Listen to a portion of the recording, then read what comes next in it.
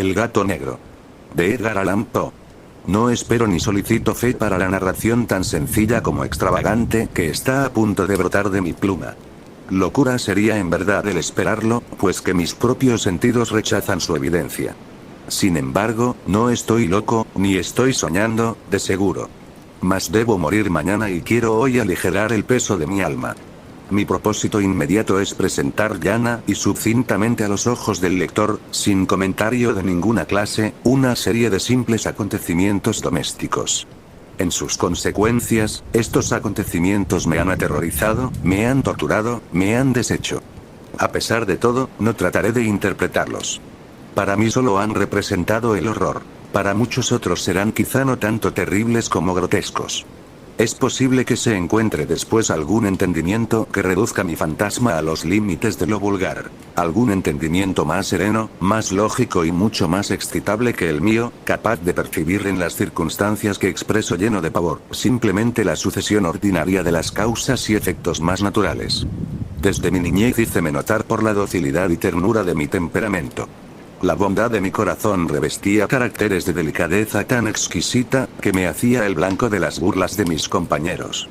Era particularmente afecto a los animales, y mis padres condescendían con esta inclinación procurándome gran diversidad de favoritos, a los que consagraba la mayor parte de mi tiempo. Y nunca era tan feliz como cuando les alimentaba y acariciaba.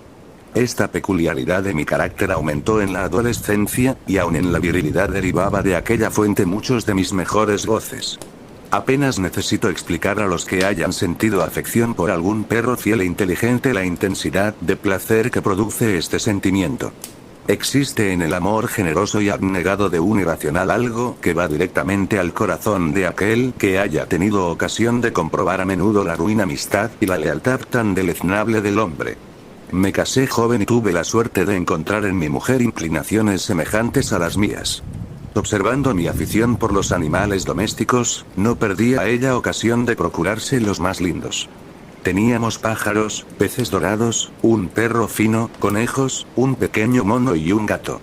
Era este un enorme y hermoso animal, enteramente negro, e inteligente hasta un grado excepcional.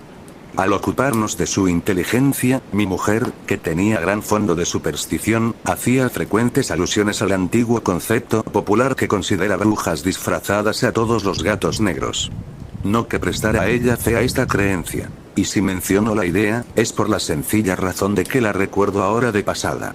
Plutón, que así se llamaba el gato, era el preferido entre los diversos favoritos y mi compañero habitual de juegos.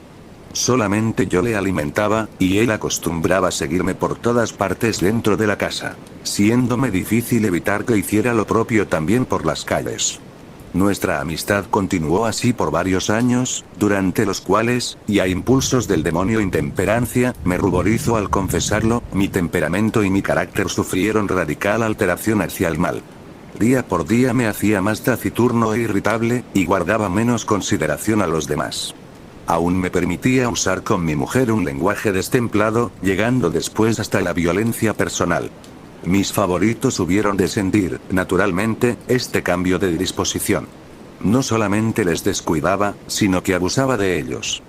Todavía conservaba a Plutón, sin embargo, ciertas prerrogativas que me impedían maltratarle, como lo hacía sin escrúpulo de ninguna clase con el mono, los conejos y aun el perro, cuando por cariño o por casualidad se atravesaban en mi camino. Pero la enfermedad avanzaba, el alcohol es semejante a una enfermedad. Y al fin hasta Plutón, que se volvía viejo, e impertinente en consecuencia, comenzó a sufrir los efectos de mi mal temperamento. Una noche en que regresaba a casa muy embriagado, después de una orgía en una de mis guaridas habituales en la ciudad, se me ocurrió que el gato evitaba mi presencia. Le cogí entonces. Y, en su terror por mi violencia, me infirió una pequeña herida mordiéndome la mano. Instantáneamente se apoderó de mí una furia demoníaca. No me conocía a mí mismo. Mi alma prístina parecía haber escapado en aquel momento de mi cuerpo, y una maldad diabólica, nutrida por la ginebra, estremecía todas mis fibras. Saqué un cortaplumas del bolsillo de mi chaleco, le abrí, y deliberadamente arranqué de su órbita uno de los ojos del animal. Me avergüenzo, me quemo, me horrorizo, al escribir esta abominable atrocidad. Cuando al día siguiente volví a la razón, después de haber dormido los humos de la orgía nocturna, experimenté un sentimiento mitad de horror y mitad de remordimiento por el crimen cometido. Pero era apenas un sentimiento débil y equívoco que no llegó a conmover mi alma. Me sumergí de nuevo en los excesos y ahogué pronto en vino la memoria de mi hazaña. Al mismo tiempo el gato se recobraba lentamente. El hueco vacío del ojo presentaba, es verdad, terrible aspecto. Pero el animal no parecía sufrir ningún dolor. Iba y venía por la casa como de costumbre. Mas, como era de esperarse, huía aterrorizado a mi aproximación. Tenía yo todavía bastante corazón para sentirme apenado por esta evidente prueba de desafecto de parte de un ser que tanto me había amado en otro tiempo. Pero este sentimiento se convirtió pronto en irritación. Y se presentó entonces, para confirmar mi depravación final e irrevocable, el espíritu de perversidad. De este espíritu no se ocupa la filosofía. Sin embargo, no estoy tan cierto de la existencia de mi alma como de que la perversidad es uno de los impulsos primitivos del corazón humano. Una de las facultades primordiales e indivisibles que definen la orientación del carácter del hombre. ¿Quién no se ha sorprendido 100 veces cometiendo alguna acción vil y torpe por la sola razón de que no debería hacerlo?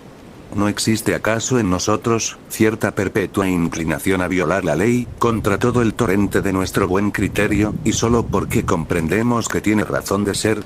El espíritu de perversidad, decía, vino a poner el colmo a mi depravación. Aquella ansia infatigable del alma de vejarse a sí misma, de violentar su propia naturaleza, de hacer el mal por puro gusto, me impulsaba continua y tenazmente a consumar el daño que había infringido al inofensivo animal. Una mañana, a sangre fría, pasé un lazo a su cuello y lo colgué de la rama de un árbol. Lo ahorqué con lágrimas que corrían de mis ojos y el remordimiento más amargo que laceraba mi corazón. Lo ahorqué porque sabía que me había amado y porque sentía que no me había dado motivo de ofensa. Lo ahorqué porque comprendía que al hacerlo así cometía un pecado mortal que exponía mi alma a encontrarse, si tal era posible, más allá de la gracia infinita del Dios más misericordioso y más terrible. En la noche del día en que cometí esta crueldad, desperté a los gritos de incendio. Las cortinas de mi cama estaban convertidas en llamas. Toda la casa ardía. Con gran trabajo pudimos escapar de esta conflagración mi mujer, mi criada y yo. Todas mis riquezas desaparecieron repentinamente, y desde entonces me entregué a la desesperación. Estoy por encima de la flaqueza de establecer relación alguna de causa y efecto entre el desastre y la atrocidad cometida. Pero refiero una cadena de acontecimientos y no quiero dejar ningún eslabón incompleto. Al día siguiente del incendio visité las ruinas. Todos los muros, con excepción de uno, se habían desplomado.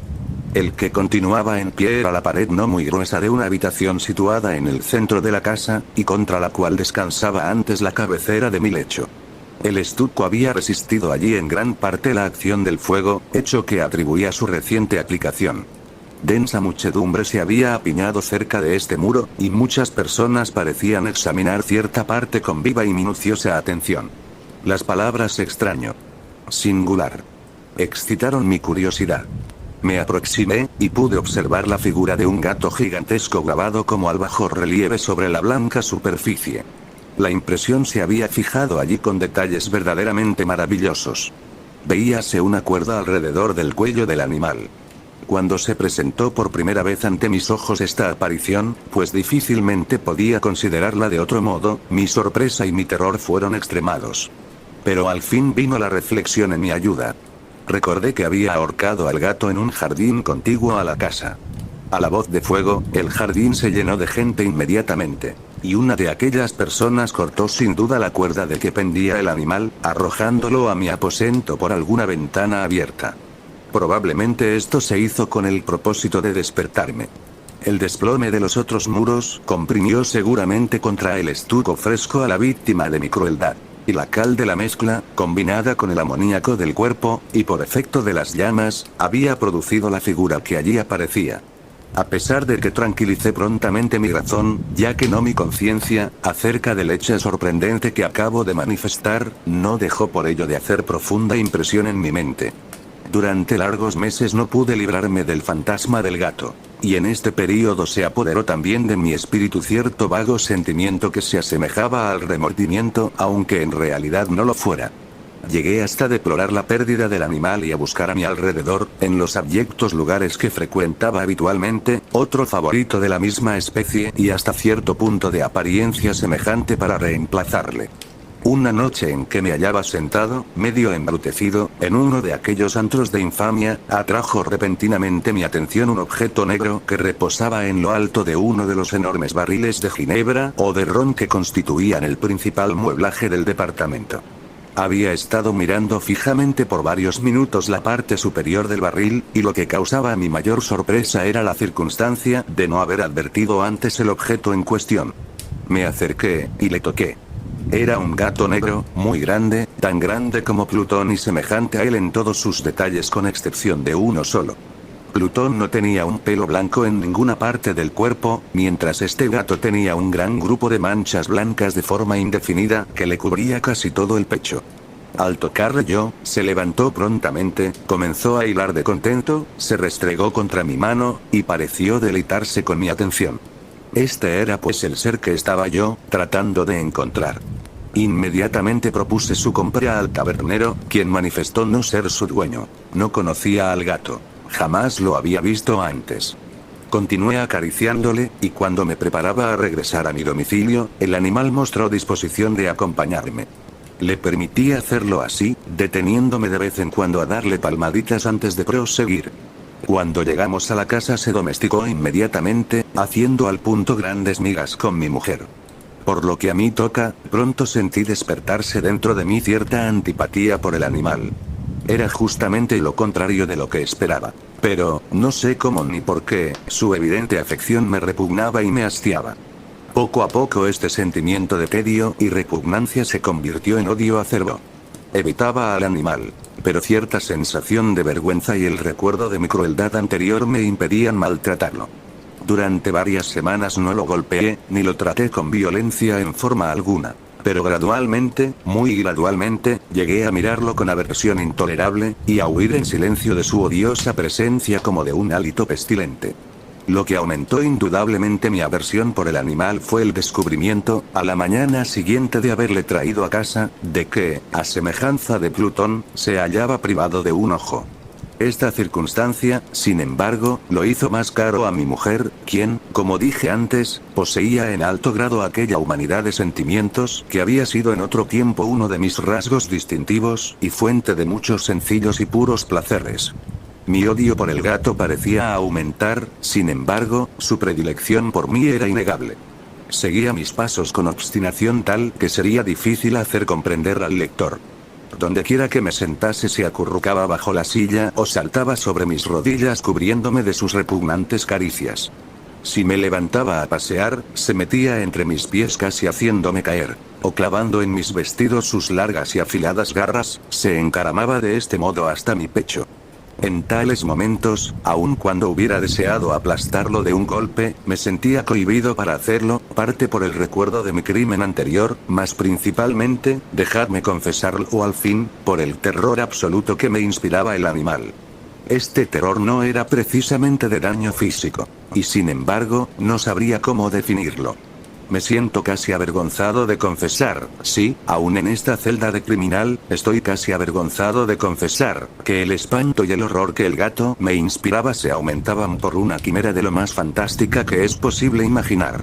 Mi mujer me había llamado la atención más de una vez sobre la índole de la mancha de pelo blanco de que he hablado, y que constituía la única diferencia visible entre este extraño animal y el que yo había ahorcado. El lector recordará que esta marca, aunque grande, era al principio indefinida, mas por pequeños grados casi imperceptibles, y que mi razón luchó mucho tiempo por rechazar como fantasías, había asumido al fin rigurosa claridad de líneas.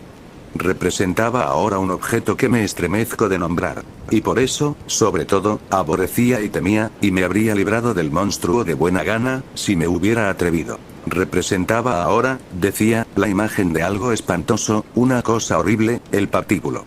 Oh, lúgubre y funesta máquina de horror y de crimen, de agonía y de muerte. Y me encontraba yo verdaderamente desventurado, más allá de los límites de miseria que es dado soportar a la pobre humanidad. Y había de ser una bestia irracional, a cuyo semejante destruí con menosprecio. Había de ser una bestia irracional quien me causara a mí, y a mí, un hombre, formado a imagen del supremo Dios, este sufrimiento intolerable. Ni de día ni de noche volví jamás a saborear la bendición del descanso. Durante el día la bestia no me dejaba solo un momento, y en la noche despertaba a cada instante de sueños de terror insuperable para sentir sobre mi rostro el ardiente aliento de la cosa y su flácido peso, oprimiendo eternamente mi corazón como pesadilla encarnada que no tenía el poder de sacudir. Bajo la presión de tortura semejante, sucumbieron los pocos restos del bien dentro de mí. Los malos pensamientos eran mi sola compañía, los más negros y depravados pensamientos. La acostumbrada irritabilidad de mi carácter aumentó hasta el aborrecimiento de todas las cosas y de toda la humanidad. Mientras mi mujer, sin una queja, era, ay de mí, la víctima diaria y paciente de los súbitos, frecuentes e incontenibles arranques de furia a que entonces me abandonaba ciegamente. Un día me acompañaba ella en algún recorrido casero por los sótanos del viejo edificio que nuestra pobreza nos compelía a habitar. El gato me seguía por las escaleras, y haciéndome casi precipitar, me exasperó hasta la locura. Cogiendo un hacha, y olvidando en medio de mi ira el terror infantil que hasta entonces había detenido en mi mano, asesté un golpe al animal, que le habría sido fatal y instantáneamente a caer como yo lo deseaba. Pero la mano de mi mujer desvió el golpe. Arrastrado por su intervención a ira más que demoníaca, desasí el brazo que ella me sujetaba y hundí el hacha en su cabeza. Cayó muerta en el sitio, sin un gemido. Cometido el horroroso asesinato, me dediqué sin tardanza y con entera deliberación a la tarea de ocultar el cadáver. Sabía bien que no podría sacarlo fuera de la casa, ni de día ni de noche, sin correr el riesgo de ser observado por los vecinos. Diversos proyectos se presentaron a mi imaginación. A veces pensaba en cortar el cuerpo en menudos fragmentos y hacerlos desaparecer por medio del fuego. Otras, resolvía cavar una sepultura en el suelo del sótano. Luego, deliberaba sobre si sería conveniente arrojarlo al pozo del patio, o empacarlo como mercadería en un cajón con los requisitos acostumbrados, y buscar un mozo de cuerda que lo sacara fuera de la casa. Finalmente di con lo que me pareció recurso mejor que todos los anteriores. Determiné emparedarlo en el sótano, como se dice que hacían con sus víctimas los monjes de la Edad Media. La cueva se adaptaba muy bien para tal objeto. Sus muros estaban construidos con gran solidez, y recientemente habían sido revocados con una mezcla que la humedad de la atmósfera no había dejado endurecer. Existía, además, en uno de los muros una protuberancia causada por cierta falsa chimenea u hogar que se había rellenado para nivelarla con el resto del sótano. No puse en duda el que fácilmente se podría remover los ladrillos en aquel sitio, colocar allí el cuerpo y disponer el muro en su forma primitiva de manera que nadie pudiera percibir nada sospechoso. Mis cálculos no me engañaron. Con ayuda de una barra de hierro arranqué fácilmente los ladrillos, y depositando cuidadosamente el cadáver contra la pared interior, lo mantuve en esta posición mientras que, con poco trabajo, volvía a rehacer el muro conforme se encontraba anteriormente. Procurándome argamasa, arena y filamentos con las precauciones posibles, preparé un compuesto que no pudiera distinguirse del enlucido antiguo y lo coloqué esmeradamente sobre el nuevo enladrillado. Al concluir, me sentí satisfecho de mi obra. El muro no ofrecía la más ligera señal de haberse removido. Recogí los fragmentos del suelo con el cuidado más minucioso.